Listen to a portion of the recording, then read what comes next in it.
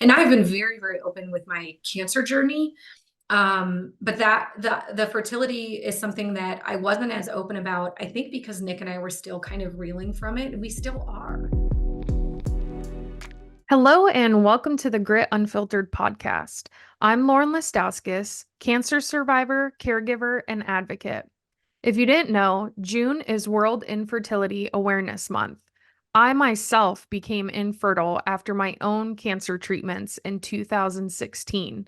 And today I'm joined by another powerful cancer survivor, Katie, to speak about infertility post-diagnosis. So, Katie, thank you for joining me and for being here and for talking about this topic. And we will just jump right in. If you would like to introduce yourself and tell us a little bit about your diagnosis and your experience with infertility. Yes, thanks for having me, Lauren. My name is Katie Doble, and I live in Denver, Colorado, and I am 42 years old. And when I was 31 years old, I was diagnosed with a rare form of cancer called ocular melanoma. It affects 6 in a million people. And at the time of my diagnosis, it was contained in my eyeball. I underwent radiation therapy targeted to my eye, lost all vision in my eye, and I thought that was going to be the end of my cancer journey. I was told there was a less than 2% chance that it would spread. At 32 years old, I got the unfortunate news that I fell into that 2% category.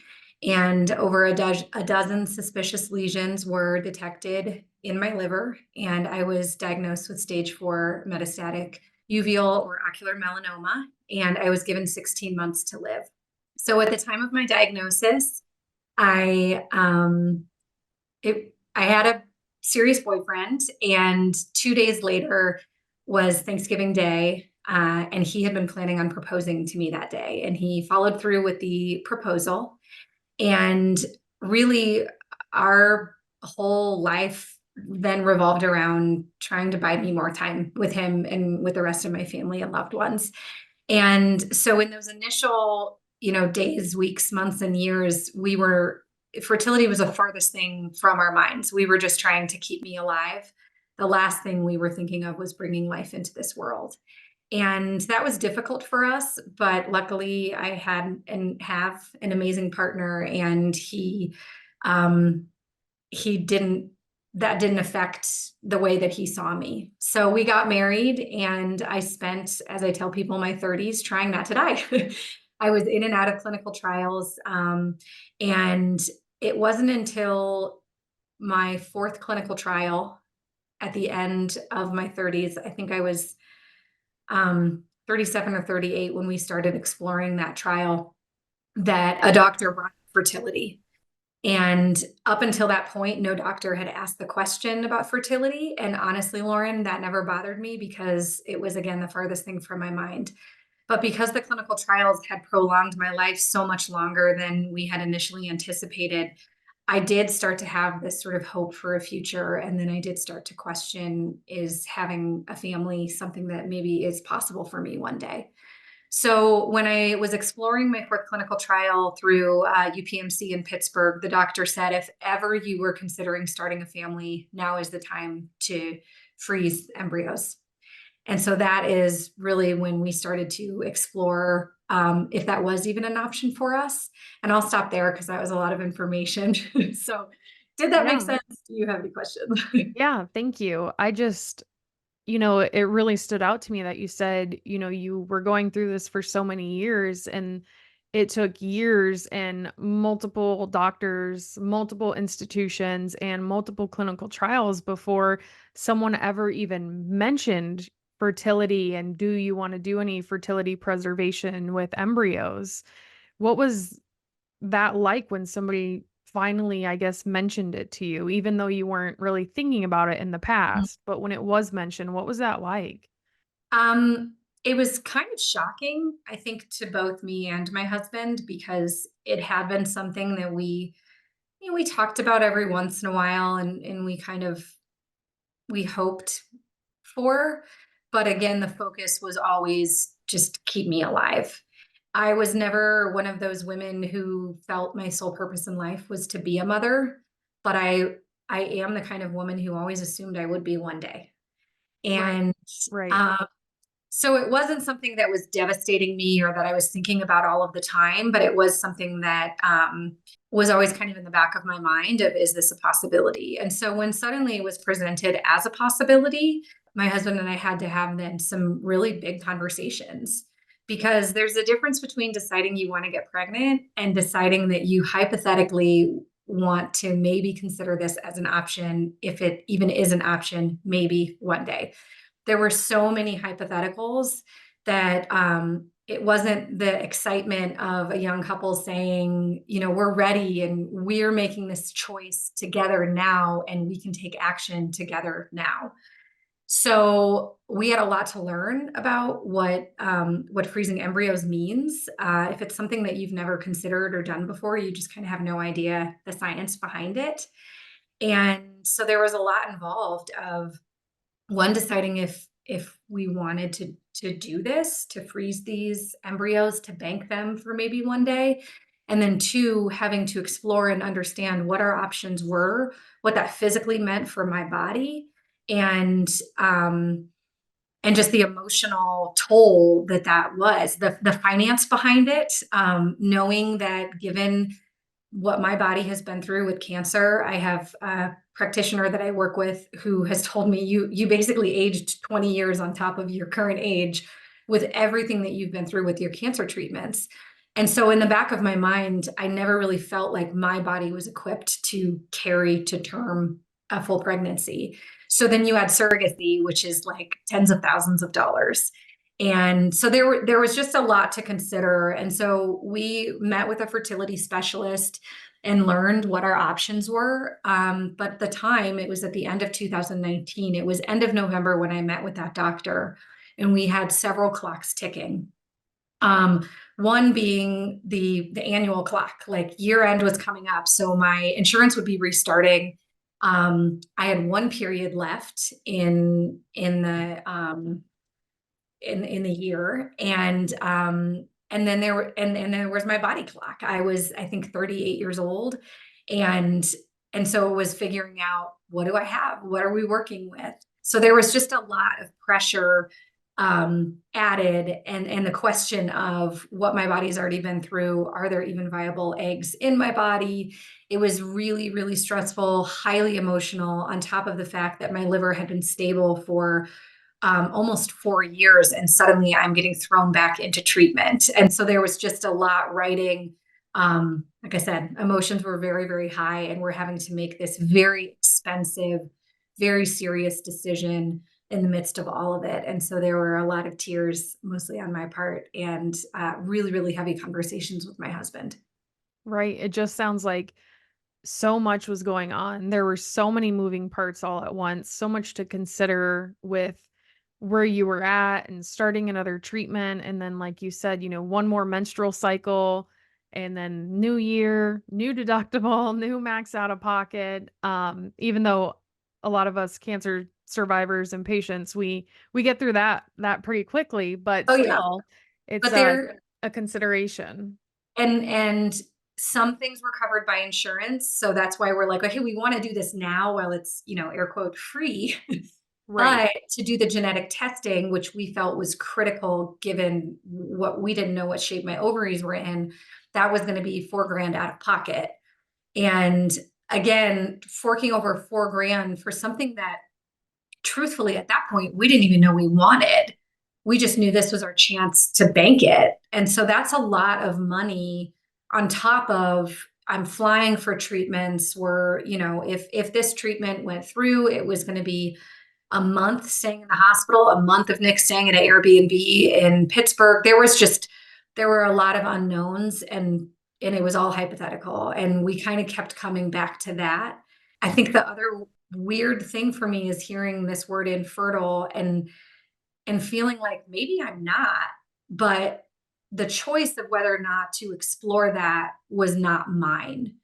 Um, Right. and Right. ultimately, what we decided, it came down to a very emotional phone call the day before I had to start my shots, where the infertility clinic called me. I was pulling into my driveway, and they basically were pressuring me to make a decision. And I am full on projectile sobbing into the phone. And they kept saying, we think we need to have you speak with the social worker. And I remember hanging up the phone and calling my sister who struggled with fertility herself and just bawling to her and saying, this is so unfair. This is us trying to even consider starting a family, and this is what it looks like. And it just ultimately, Nick came home that night, and we felt like it just didn't feel right to make that kind of decision in the emotional state that I was in. And we decided that it was a lot to put my body through and that we were not going to follow through with it. There was a huge sense of relief that came with that decision, but there was also just this really heavy grief that came with it that I have found has this longevity to it because it just sort of has lingered, and the sadness and the grief kind of comes and goes, and we still talk about it to this day. And we haven't written off becoming parents. I know there are other ways to become parents. And I truly believe in my heart that if we are meant to be parents, it's going to happen in a very organic and very unconventional way. But the other thing that was always weighing on me was that we wouldn't have moved forward had we frozen embryos until I was far enough out from treatment that I felt comfortable doing that. And I think in my mind, that would have been a good few years, like probably maybe 5 years.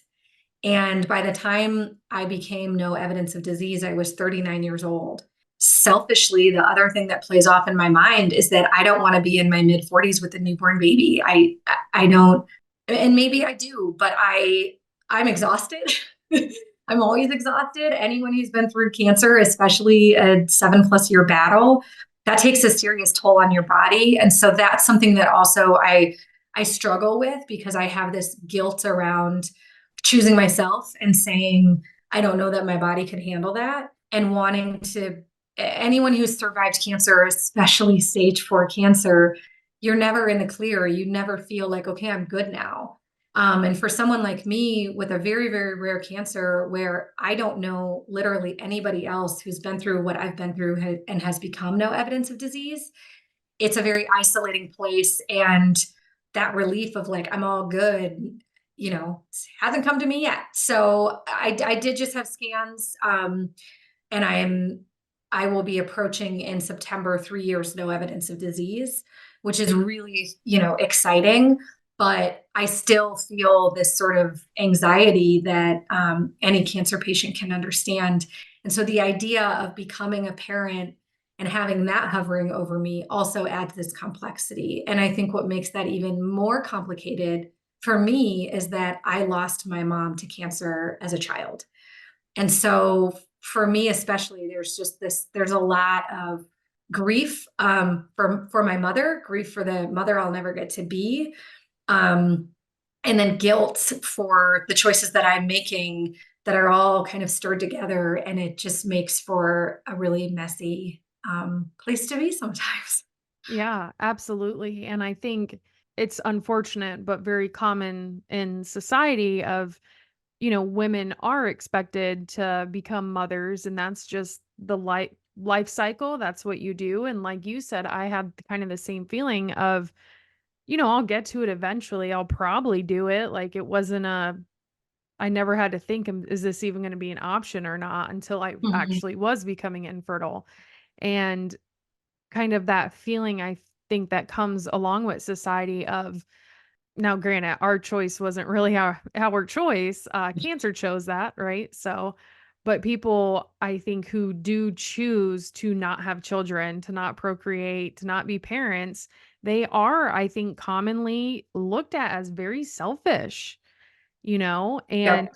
those feelings are projected onto us. And that is an easy thing to feel, even without outside pressure and views and perceptions. Those feelings of, I've been so sick for so long. My body is so different. And Mhm. I do need to do something for me.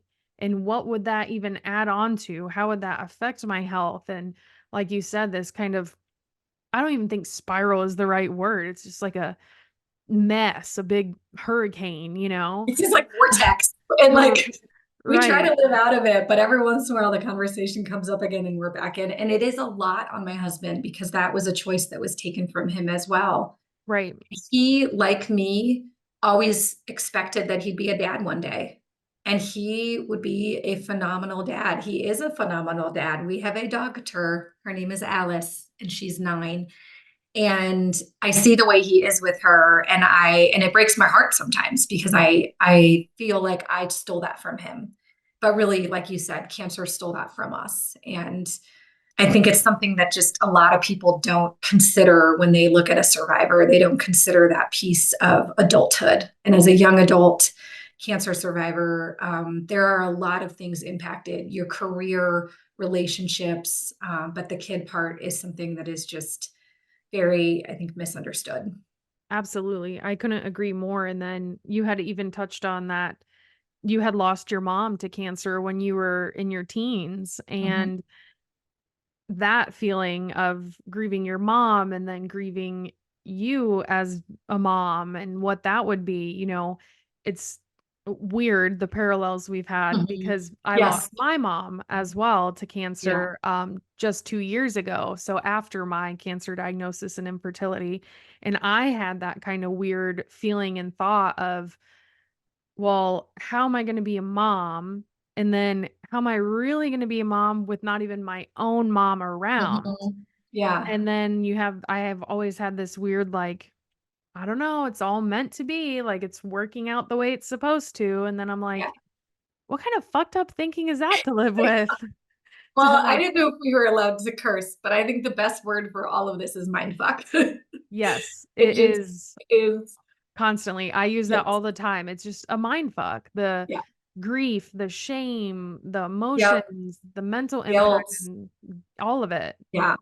Absolutely. Constantly, constantly. So you had touched on kind of a little bit with your husband and how, he has perceived all of this and gone through this obviously with you from the start. How has this impacted, I guess, maybe some other family relationships or even among friends for you Mhm. and your husband? We've had some very, very close friends and family go through fertility issues. And I had mentioned that my sister had gone through, she went through fertility issues. She has 3 kids now, 2 are adopted and 1 is biological. And I think that's something that like I'm going to try not to get emotional, but I'm so close with all of them. And I'm so grateful, and that's what I love about the beauty of you can become a parent in so many different ways. Um, and it helped me understand what she and her husband went through, only to a small degree, because we never physically went through the process. And I think that we had very, very close friends go through IVF. And when we talked to them about it, they had no idea that we had gone through this. And I've been very, very open with my cancer journey. But the fertility is something that I wasn't as open about, I think because Nick and I were still kind of reeling from it, and we still are. And so with one set of friends, they came over for dinner one night, and we were empathizing, and then we kind of made these comments, and they were like, "Wait, you know a lot about this." And I said, "Well, we like seriously explored this in 2019." And they were like, they had no idea. Um, and then we've had a lot of different friends who've gone through IVF and have had trouble getting pregnant. And recently I learned that some friends of ours thought that they just assumed that we didn't want kids. And I can't fault people for not knowing this part of me, but Lauren, it devastated me big time. And it kind of resurfaced a lot of the emotions that I've continued to process. And I think one of the biggest things I struggle with in life is being misunderstood. I like hate it when I know I'm misunderstood and I know people aren't getting me and I just want them to understand. And I think that being misunderstood in a space that's so delicate like this is apparently really triggering because I was a hot mess when I figured out what was going on. And And I think it'll be like one of the most epic evenings of our marriage because it was messy and I was just completely bawling in the middle of this restaurant in Italy and my husband was looking at me like, "Oh my gosh, what is happening right now?" But it all kind of came out when I learned that these friends were like I don't fault them, but they just sort of assumed and they said to him, "Oh, we just assumed you guys didn't want kids." And I think that that to me diminished the hurdles and the hurt that we've been through. And for that reason, I was really sad. Also because I do understand what they're going through. Um, but I don't even. It's different. It's totally different things. I don't understand going through infertility in the sense of having to go through IVF and having to have your body go through that and having failed, I don't know what the word is when they Transfers. Mhm. transfers. Thank you. I don't know because I didn't get it. And that's what made me angry because what I do know is when you're not allowed something, when you're not given that choice, when something is hard, that is really easy for a lot of people. But for a lot of people, it's really hard, and people don't talk about infertility. Um, most of the people that I know who have been through it are very, very private. Understandably, I get it. It's private. And so I think our society makes all of these assumptions on people. You're a woman, you're a uterus, you should be having a child. I've had people say to me, like, why don't you have kids in a really judgmental way? Or I had someone say to me once, like, oh, don't have kids. They're such a hassle. And I just was like, fuck you. Like, do not. It's just, I try to be so, so delicate. I'm sure that I say stupid things to people all the time, but I try really, really hard to be delicate around family. And Right. if I am talking to someone, I'll say like, what does your family look like? Or what does your housemate situation look like? I don't want to assume that you're married or that you're not married or that you have kids or that you don't have kids. Or I'll say, do you have any babies or fur babies? I try to just be more inclusive because we don't know what people's battles are or what their desires are. So the questions that are judgmental like that, be lucky you don't have kids or why don't you have kids are I just think really dangerous. And but I also know that it's not my business to ask. So I think that's what makes it so delicate. So friends that I have going through fertility, I know from my sister not to ask. Right. They'll tell me when they're ready to tell me an update of any kind. And it's similar to cancer. Like, don't ask me how my scan results were. I will tell you when I have that information and I'm ready to share that information. So I think cancer has really taught me that take your nose out of everyone else's business and just trust, try to be a safe place, trust that people will come to you when they have information and hope that people will give you that same level of respect. But we grew up in a time where everybody's business was everybody's business and people thought it was okay to ask these kinds of questions. Right. Right. That's a massive tangent.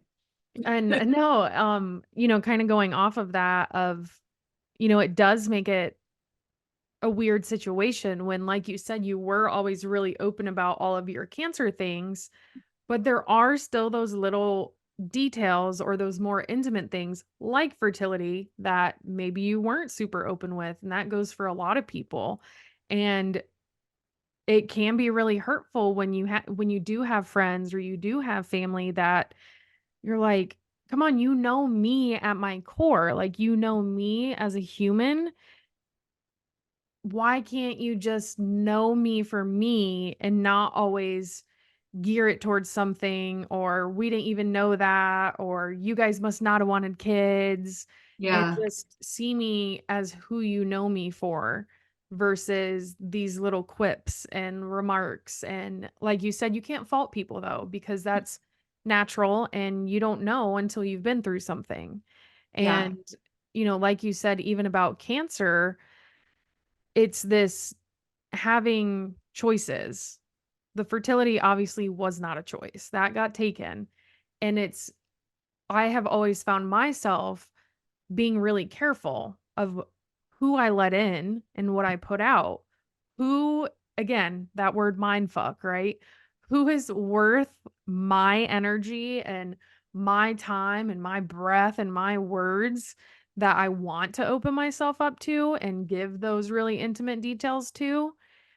But then at the same time, I will still turn around and go, "Gosh, I can't believe they said that." And then it's like, Yeah. "Well, you could have told them." I'm like, I don't wanna burden myself. Sometimes I don't wanna burden them, and it's always just this weird dance you have to do of Yeah. picking and choosing who you tell what, when, how are they gonna take it? Are they in a good spot? Am I in a good spot if they ask me 50 million questions after? Mhm. It's just it is such a confusing thing, I feel like. It is, and it's so complex when you think of all the different types of relationships in your life. And, there are some friends where I feel like I'm in the circle and I feel like I can ask certain things, but I always so delicately ask.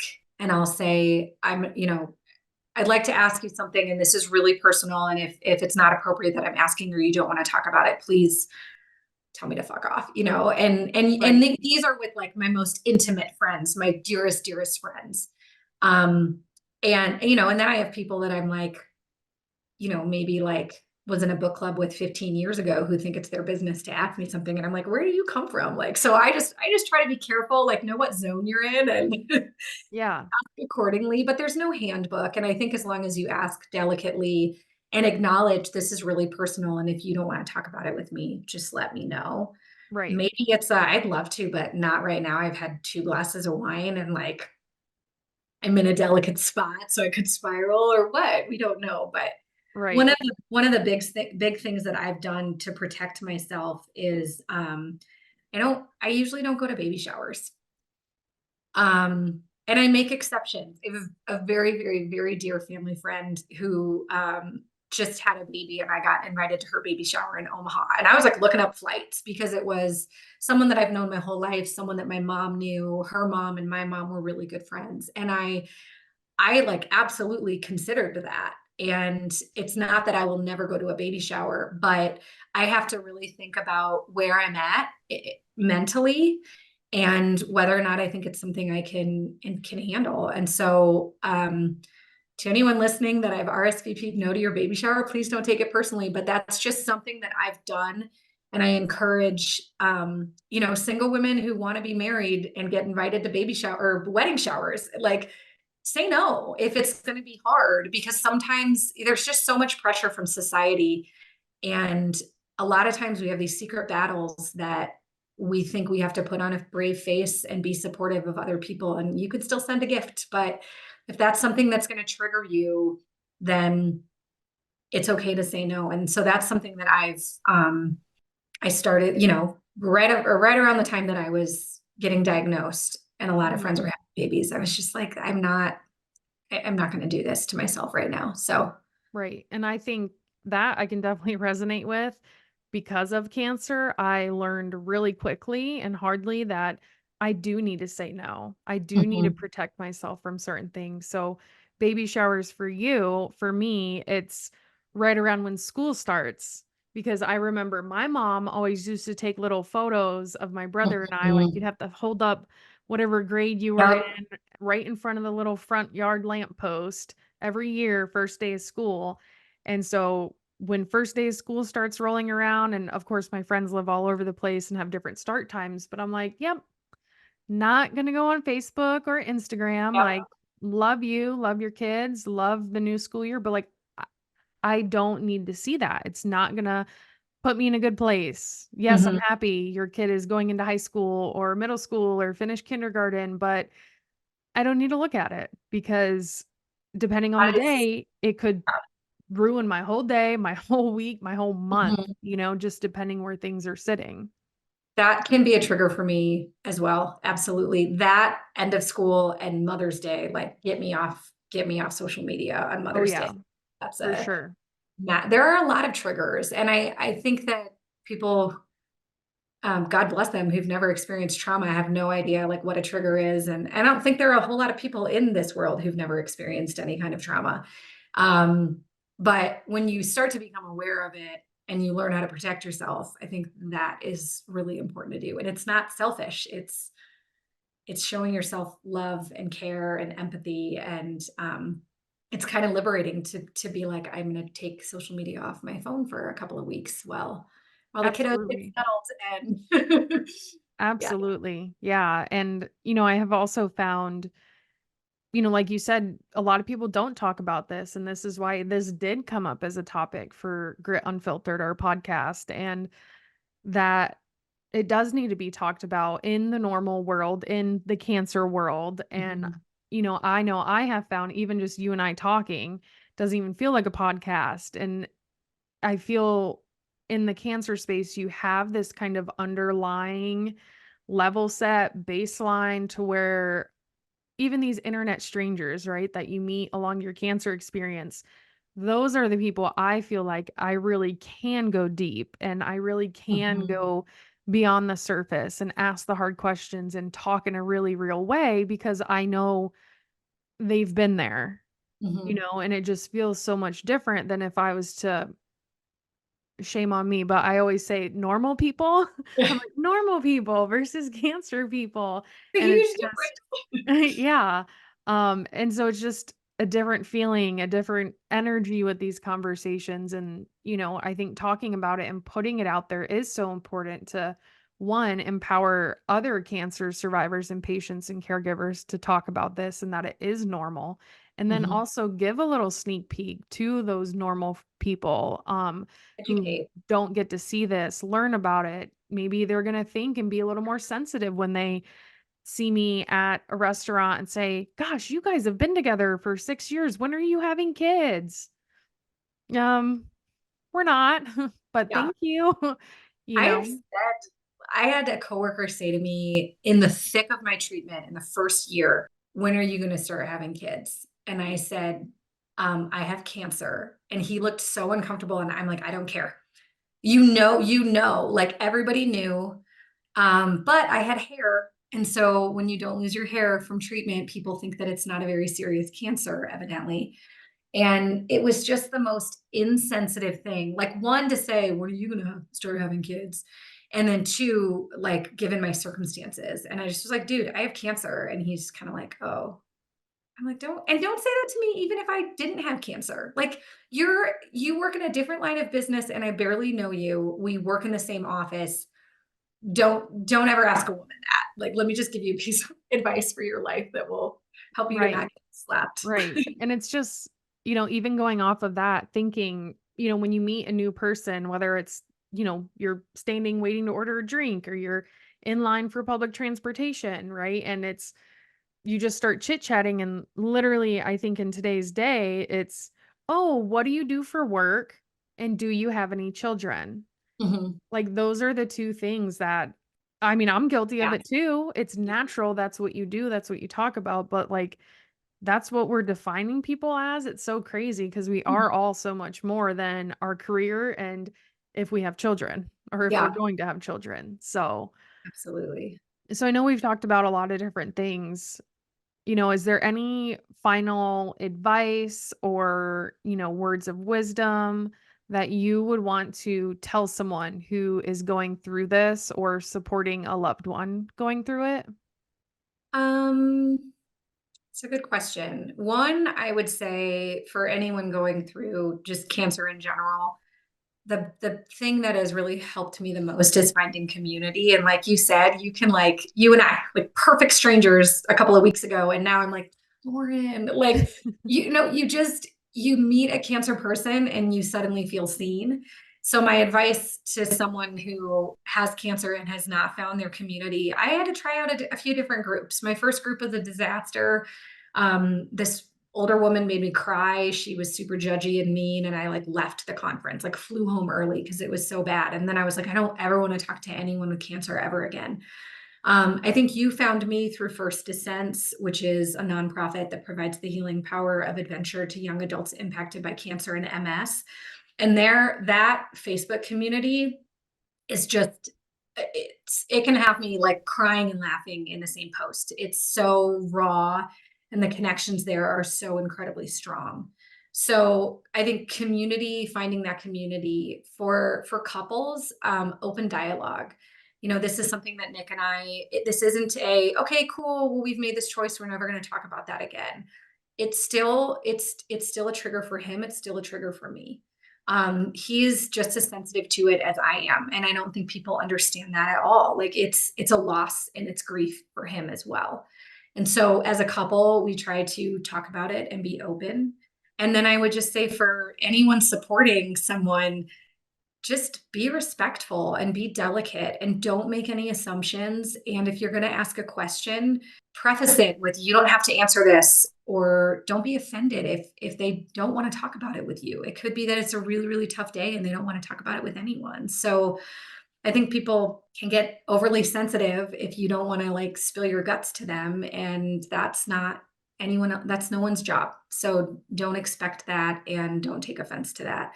And then if you're a person who's unfortunately had to not make the choice, but had the choice made for you by cancer, for me, I just sometimes let myself be sad, and I let myself continue to grieve that. And I think it was only in recent months that I accepted the fact that this is something that I will never be over. Yes. It will never, that grief will never end. And I when I was going through treatment, and to this day, I call things hashtag cancer perks. So friends like you are cancer perks, and First Descents is a cancer perk. And so Nick and I started naming hashtag kidlets perks.